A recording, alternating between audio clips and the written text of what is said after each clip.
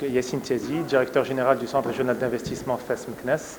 Donc nous sommes réunis aujourd'hui dans le cadre du comité régional de suivi et de coordination de l'accompagnement des porteurs de projets et des TPME dans le cadre du programme intégré d'appui et de financement des entreprises.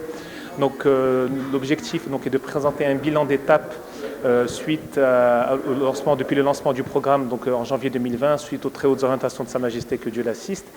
Et donc la durée de vie, comme vous le savez, du programme est de 3 ans. Donc l'objectif aujourd'hui est de présenter un bilan d'étape 1 an et demi après le lancement du programme. Donc ce comité a permis de dresser le bilan et de démontrer la dynamique entrepreneuriale importante au niveau de la région FES-Meknès, puisque à fin mai 2021, plus de 2800 entreprises ont pu bénéficier du financement Intelaka pour un montant global d'à peu près 470 millions de dirhams, ce qui positionne la région à la 3e place au niveau national en termes de financement et en termes de montant et en termes de nombre de bénéficiaires. Donc ce qui témoigne encore une fois de l'excellente dynamique existante.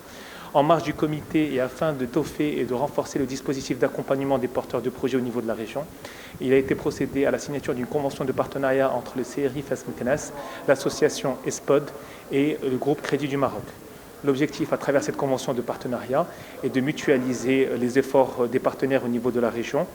de créer justement des synergies et d'accompagner justement 150 femmes porteuses de projets par an dans le cadre d'un programme inédit qui va leur permettre de bénéficier de sessions d'information, de sensibilisation,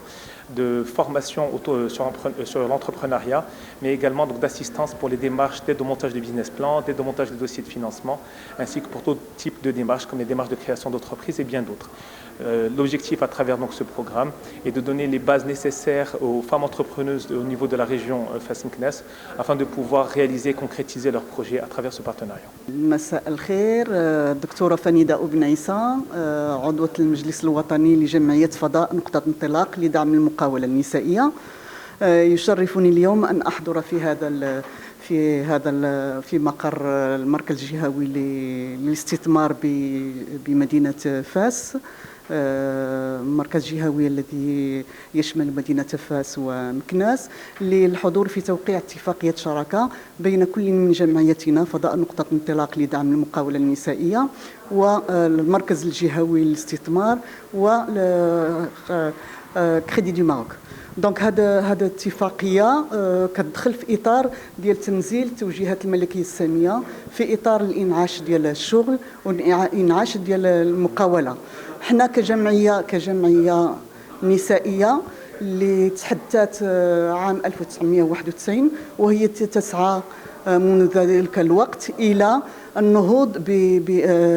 بالمقاوله النسائيه اولا، وبعد ذلك بالمقاولة ديال الشباب شابات ورجال لخلق الشغل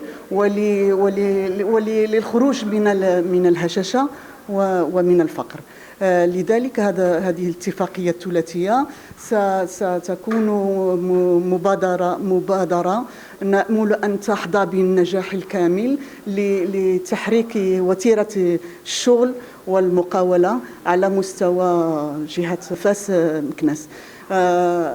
احنا كجمعيه عندنا واحد مسار طويل كما قلت من 1991 وحنا كنشتغلوا مع النساء نواكبهن في مسيرتهم لخلق مقاولة، ندعمهن في مجال الحصول على قرض،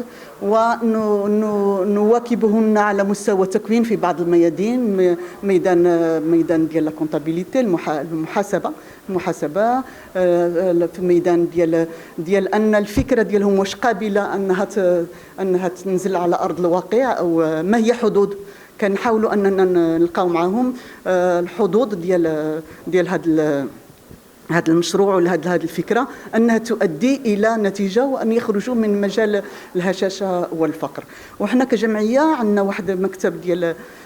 ديال الابحاث والدراسات اف 1 تشانج كونسلتين، اللي عندنا واحد المجموعه ديال دي بيرسون ريسورس، نساء ورجال متخصصين في ميادين مختلفه، وهاد النساء والرجال المتخصصون في ميادين مختلفة كيمدوا يد المساعدة هذا سميتو هذه المقاولات والمقاولين في عمليه خلق المقاوله، وفي عمليه لان كنشهدوا بالاحصائيات كتبين على ان تقريبا 50% من المقاولات ما كتعيش اكثر من عام. دونك حنا في الوقت اللي كنواكبوا من النقطه ديال الفكره الى اخراج المشروع الى ارض الواقع، ونستمر في العام الموالي لكي تحظى هذه المبادره بالنجاح. وان شاء الله غادي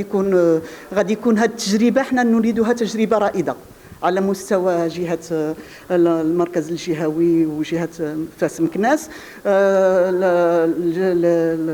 الشركاء الثلاث سيعملون جنبا إلى جنب لتكوين في الفترة القريبة 150 امرأة حاملة مشروع، وكنتمناو أننا نوصلوا في العام الأول إلى 500 نساء. دونك الحمد لله كنحاولوا أننا في ارض الواقع، لان الافكار كتبقى افكار، ولكن باش كتخرج وكتعطيها حياه وكتعطيها انها كتغير الوضعيه ديال ديك السيده ولا داك الشاب ولا الشابه، خصك تعاونها، لان سميتو الوصول الى المعلومه صعب شويه. دونك حنا كنوفروا، وهذا في 2015 خلقنا هذه سميتو واحد لا مارك ديبوزي اللي هي خطوه هي ديك الخطوه الاولى اللي كدير ملي كتبدا في واحد الميدان. ومع الحجر الصحي طورناها ودرنا اون بلاتفورم ديجيتال، منصه الكترونيه اللي كتحصل فيها على المعلومه، اللي كتعبر فيها على المطالب ديالك على مستوى التكوينات، وكيدرس حتى لو بروفيل ديالك، وكاين شويه ديال المساعده على تقويه الشخصيه وعلى مواجهه المصاعب، لان اللي كيقول المشروع كيقول راه فيه واحد النسبه ديال الصعوبه اللي خصك تكون عارفها، وكتكون راسك وكتاخذ الادوات كلها باش كتعطي حدود النجاح للمشروع. دونك نتمنى ان حنا كلنا امل في ان هذه الاتفاقيه ستؤتي اكلها ان شاء الله في القريب العاجل. وكما قلت هي مبادره غادي تكون بادره خير، لا وهي مشروع جديد، لان رائد قلت قبيله انها تجربه رائده، وغادي كلنا غادي ندمجوا في هذا المشروع لاعطاء هذا، ونكون في مستوى الثقه ديال الملكيه ومستوى التحديات التي كيطرحها المغرب اليوم ومغرب الشباب.